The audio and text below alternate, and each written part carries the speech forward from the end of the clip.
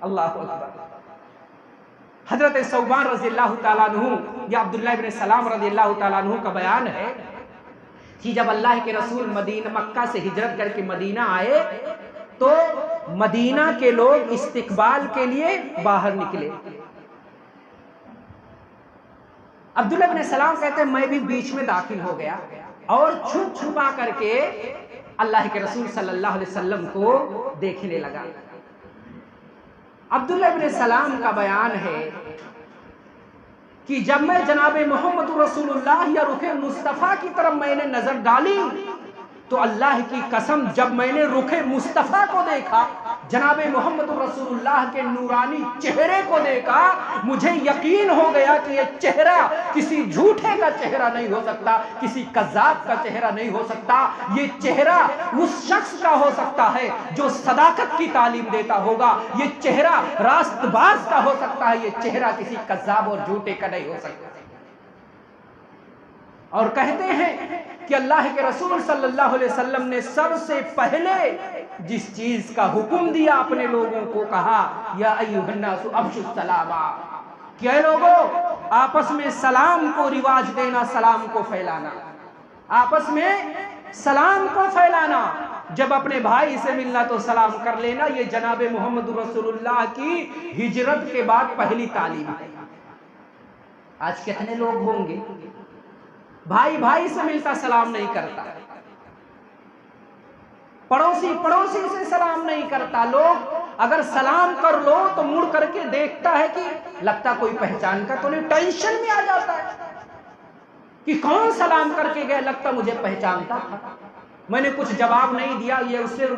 خیر خیریت نہیں پوچھی، یا اسے رکنے کے لیے نہیں کہا، کہیں وہ ہمارا دوست برا نہ مان جائے۔ آج اگر سلام کر لو کسی سے تو حیرت کی نگاہ سے آپ کو دیکھتا، یہ کون سلام کر کے جا رہا ہے، اللہ اکبر۔ جبکہ جناب محمد رسول اللہ نے کہا جس کو پہچانتے ہو اس سے سلام کرو، جس کو نہیں پہچانتے ہو اس سے بھی سلام کرو، اور یہ سلام اتنی اہم ہے کہ یہ سلام آپ کے لیے دارالسلام کا دروازہ کھولے، یہ سلام آپ کے لیے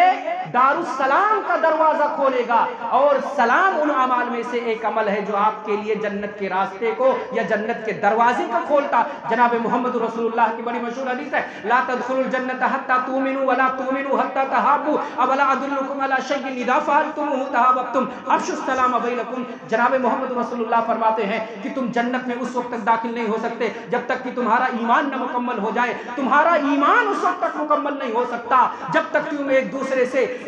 سے محبت نہ کرنے لگو۔ اللہ کے رسول نے کہا کہ میرے صحابہ میں آپ کو ایسی چیز کی طرف نہ رہنمائی کر دوں، آپ کو ایسی چیز نہ بتلا دوں جس چیز کو تم کرنے لگو گے تو آپس میں محبتیں بڑھ جائیں گی، دوریاں قربتوں میں تبدیل ہو جائیں گی، نفرت محبت میں تبدیل ہو جائے گی۔ صحابہ نے بیک زبان کہا اے اللہ کے رسول وہ کون سا کام ہے، کون سا عمل ہے، کون سی چیز ہے بتائیے۔ جناب محمد رسول اللہ نے حکم دیا تھا افشوا السلام، میرے پیارے سلام کو پھیلاتے رہنا، سلام کو رواج دینا، بھائی بھائی سے سلام کرے، چچا بھتیجے سے سلام کرے، گھر کے اندر جاؤ تو سلام کرو، نکلو تو سلام کر کے نکلو، مسجد میں آؤ سلام کرو، مسجد کے باہر جاؤ سلام کرو۔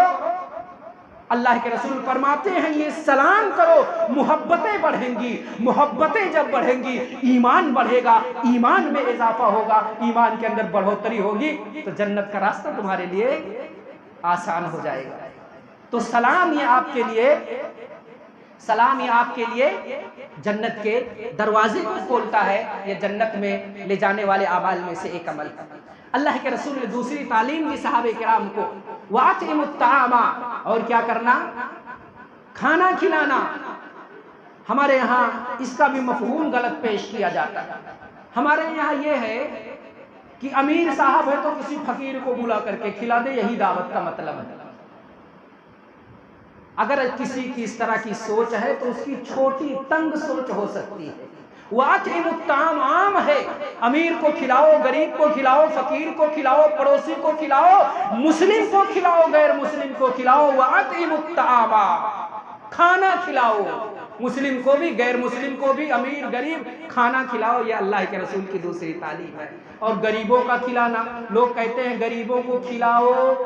ارے بھائی غریبوں کا کھلانا ہمارے لیے واجب و ضروری ہے، وہاں حکم دینے کی ضرورت نہیں ہے۔ وَأَطْعِمُوا الطَّعَامَ، یہاں جو بات برابر والوں کی، اس کی وجہ جانتے ہیں آپ؟ اس کی وجہ یہ ہے کہ جب آپ دعوت میں کسی بھائی کو بلائیں گے تو ہو سکتا ہے دوریوں سے وہ آپ کے قریب ہو، اور جب قربتیں بڑھتی ہیں تو یہ لازمی شے ہے کہ محبت میں اضافہ ہوتا ہے۔ اس وجہ سے اللہ کے رسول نے کہا کھانا کھلاؤ، اور کیا کہا وَصِلُوا الْأَرْحَامَ، رشتوں کو جوڑ کر کے رکھنا، محبت پیدا کرنا۔